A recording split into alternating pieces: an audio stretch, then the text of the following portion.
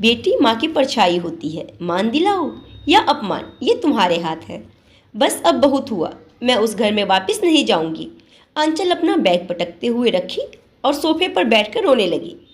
रीमा जी, आंचल की माँ इस तरह बेटी को रोते देख डर गई कि जाने ससुराल में ऐसा क्या हुआ जो उसकी बेटी इस तरह आकर रो रही है। घबराकर आंचल के पास बैठी और बोली, क्या हुआ बेटा, तू ऐसे रो क्यों रही है? आंचल माँ के गले लग के और जोर से रोते हुए बोली, मम्मी मैं उस घर में वापस नहीं जाऊंगी। वहाँ सभी लोग बहुत बुरे हैं, किसी को मेरी चिंता नहीं है। सभी मुझ पर ऐसे हुक्म चलाते हैं जैसे मैं सबकी नौकरानी हूँ। रीवा जी बोली, पहले तुम शांत हो जाओ फिर बात करना। रीवा जी आंचल के पापा से बोली। आंचल की सास विभा जी तो बड़ी डींगे हाँक रही थी कि हम बहू को बेटी जैसा प्यार देंगी। क्या हुआ उन लोगों के वादों का? 5 महीने में ही रंग सामने आ गया। आंचल के पापा बोले, तुम माँ बनकर सिर्फ अपनी बेटी की बात सुन रही हो। संजम ऐसा लड़का नहीं है और संजम के माता पिता भी दिल के बहुत अच्छे इंसान हैं। तुम अपनी बेटी की जिद्दी स्वभाव को नहीं जानती क्या? बिना पूरी बात जाने किसी को दोष देना सही नहीं है। ध्यान रखना रिवा, ये बहुत नाजुक घड़ी है। हमारा आंचल को ज़्यादा सह देना कहीं उसकी गृहस्थी ना बर्बाद कर दे। तुम माँ हो, वो तुम्हारा ही ज़्यादा सहारा लेगी, इसलिए इस समस्या को तुम्हें बहुत ध्यान से और सावधानी से संभालना होगा। आप चिंता मत कीजिए, मैं माँ जरूर हूँ, लेकिन मेरी ममता इतनी अंधी नहीं है कि मैं बेटी का सही गलत ना देख सकूँ। आंचल स्वभाव से ही जिद्दी है और काम करना तो उसे बिल्कुल ही पसंद नहीं था। जब से शादी तय हुई थी तब से ही रीवा जी उसे समझाती थी कि ससुराल में ऐसा नहीं चलेगा, वहाँ काम करना पड़ेगा। आंचल जब होगा तब देखा जाएगा कहकर बात टाल देती थी।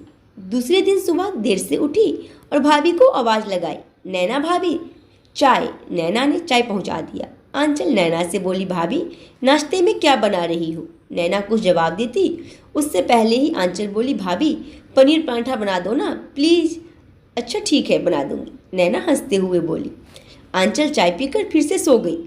रीवा जी ने आंचल की सास को फ़ोन किया। समधन जी ऐसी क्या बात हो गई जो आंचल घर छोड़कर आ गई है? आंचल की सास बोली, समधन जी आप आंचल की माँ है तो आप तो अपनी बेटी को ही सही मानिएगा, लेकिन यकीन मानिए मैं आंचल को अपनी बेटी की तरह ही मानती हूँ। आंचल जिस चीज़ के लिए जिद कर रही है मैं उसके लिए भी तैयार हूँ, लेकिन संजम नहीं मान रहा उस बात के लिए। इसी बात पर दोनों में बहस हुई और आंचल घर छोड़कर चली गई। मैंने उससे कितनी विनती की कि बेटी घर छोड़कर मत जा, मुझे तुम्हारा हर फैसला मंजूर है, लेकिन वह एक न सुनी। तो आप ही बताइए समधन जी, मेरा क्या दोष है? रीवा जी फैसला शब्द सुनकर ही सोच में पड़ गई। फैसला? कौन सा फैसला समधन जी? अब मैं क्या बताऊं? अच्छा होगा आप आंचल से ही पूछ ले। रीवा जी के मन में कितने ही सवाल खड़े हो रहे थे। संजम ऑफिस से आया ही था कि अपनी माँ को बात करते देखा। संजम ने माँ से फ़ोन ले लिया और रीवा जी से बोला, प्रणाम मम्मी जी, यहाँ आंचल को किसी भी तरह की कोई दिक्कत नहीं है। आंचल चाहे तो हमारा घर एक सुखी परिवार बन सकता है, लेकिन आंचल को छोटा से छोटा काम करना भी उस पर अत्याचार लगता है। मैं जानता हूँ उसे काम करना पसंद नहीं है, इसीलिए घर में काम वाली भी रख लिए हैं। सुबह का चाय मम्मी बनाती है क्योंकि सुबह उठना उसे पसंद नहीं है। नाश्ता बनाती है, वो भी कभी कभी लंच ले जाता हूँ कभी नहीं। दोपहर में मम्मी पापा के लिए खाना बनाना उसे नौकर का काम लगता है। शाम में ऑफिस से आकर चाय मांगू तो कहती है मुझे फुर्सत नहीं, समय मिलेगा तो बना दूंगी। ऐसा देख शाम में भी कभी कभी मम्मी ही चाय बना देती है। रात में खाना बनाने के नाम पर कह देती है ऑर्डर कर देते हैं। मम्मी पापा को बाहर का खाना पसंद नहीं होता। ये सब भी हम लोग बर्दाश्त कर रहे थे कि धीरे धीरे जिम्मेदारी समझेगी, लेकिन अब जिद लगा कर बैठी है कि मम्मी पापा से अलग रहना है। आप भी बताइए मम्मी जी, क्या इस उम्र में मैं अपने माता पिता को छोड़कर अलग रहूं? ये मुझसे नहीं होगा। मैं हमेशा अपने मम्मी पापा के साथ ही रहूँगा। इस शर्त पर अगर आंचल मेरे साथ रहे तो ठीक, नहीं तो वो जो फैसला लेगी मुझे मंजूर होगा। इतना कहकर संजम ने फ़ोन काट दिया। रीवा जी के पैरों तले जमीन खिसक गई अपनी बेटी के कारनामे सुनकर। इतना अच्छा ससुराल मिला और ये लड़की अपने हाथों अपना सर्वनाश कर रही है। मन ही मन आंचल पर गुस्साते हुए रीवा जी सोची। वो सारी बातें आंचल के पापा को बताई। आंचल के पापा बोले, मुझे तो पहले ही पता था गलती आंचल की ही होगी। मुझे आदमी की परख है, मैं उसके ससुराल वालों के स्वभाव से परिचित था। वो सब बात छोड़िए, अब आंचल को कैसे समझाएं ये सोचना है। सीधे बात करूंगी तो वो मानने वाली है नहीं, इसलिए कोई उपाय सोचना होगा। रीवा जी बोली। मैं क्या बताऊं, सिर पर चढ़ाई हो तो भुगतो। ये अच्छा रहा, उसकी हर जिद पूरी करके जिद्दी बनाए खुद, और जब बात बिगड़ी तो दोष मेरा। रीवा जी आंचल के पापा से बोली। रीवा जी ने सारी बात नैना को बता दी और बोली कि आंचल कोई काम कहे तो उससे कहो कि वह खुद कर ले। लेकिन मम्मी जी, आंचल करेगी? नैना बोली। उसे करना पड़े। रीवा जी दृढ़ स्वर में बोली। ये परीक्षा की घड़ी है, आंचल को सुधार कर उसका घर बसाना है, इसमें मुझे तुम्हारा सहयोग चाहिए। रीवा जी नैना से बोली। नैना बोली, मम्मी जी, आंचल का घर बसाने में मैं थोड़ा भी सहयोग कर सकूं तो मेरा सौभाग्य होगा। तो बस जैसा जैसा कहती हूँ तो करती जा। दूसरे दिन आंचल भाभी को आवाज़ देती है।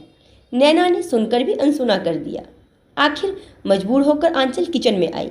नैना से बोली, भाभी कब से आवाज़ दे रही हूँ, आप जवाब क्यों नहीं दे रही हैं? आंचल, मैं तुम्हारी नौकर नहीं हूँ, जो तुम आवाज़ दोगी तो मैं दौड़कर चली जाऊँगी। नैना बोली। भाभी कैसी बातें कर रही हैं, आप तो पहले भी देती थी। आंचल भाभी के बदले रुख को देखकर हैरान थी।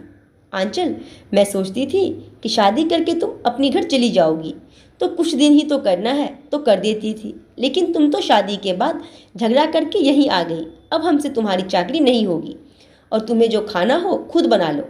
अब से मैं सिर्फ अपने लिए और तुम्हारे भैया के लिए ही खाना बनाऊंगी। और मम्मी पापा का? आंचल बोली। क्यों, मम्मी पापा क्या सिर्फ मेरे भरोसे हैं? अब उनकी बेटी है तो मैं क्या करूं? नैना बोली। आंचल ने चाय बनाई और मम्मी के कमरे में जाकर बोली, मम्मी भाभी को क्या हुआ? भाभी बोल रही है कि वो सिर्फ अपना और भैया के लिए ही खाना बनाएंगी। हाँ बेटा, क्या करूं, मुझे भी यही फैसला सुनाई है। और ये भी बोली कि जल्दी ही वो और तरुण हम लोगों को छोड़कर अलग रहेंगे। क्या भैया ने ऐसा कहा? भैया नहीं सोचे कि आप लोग फिर अकेले कैसे रहेंगे? कौन सोचता है बेटा, दुनिया में सब सिर्फ अपना सुख देखता है। जिस बेटा बेटी को लोग इतनी मुश्किल से पालते हैं कि बुढ़ापे में उसका सहारा बनेगा, वही बेटा बीबी को लेकर अपनी अलग दुनिया बसा लेता है। रीवा जी बिना आंचल को कुछ बोले ही उसकी बात कह गई। मैं भैया से बात करूंगी। भैया ऐसा कैसे कर सकते हैं?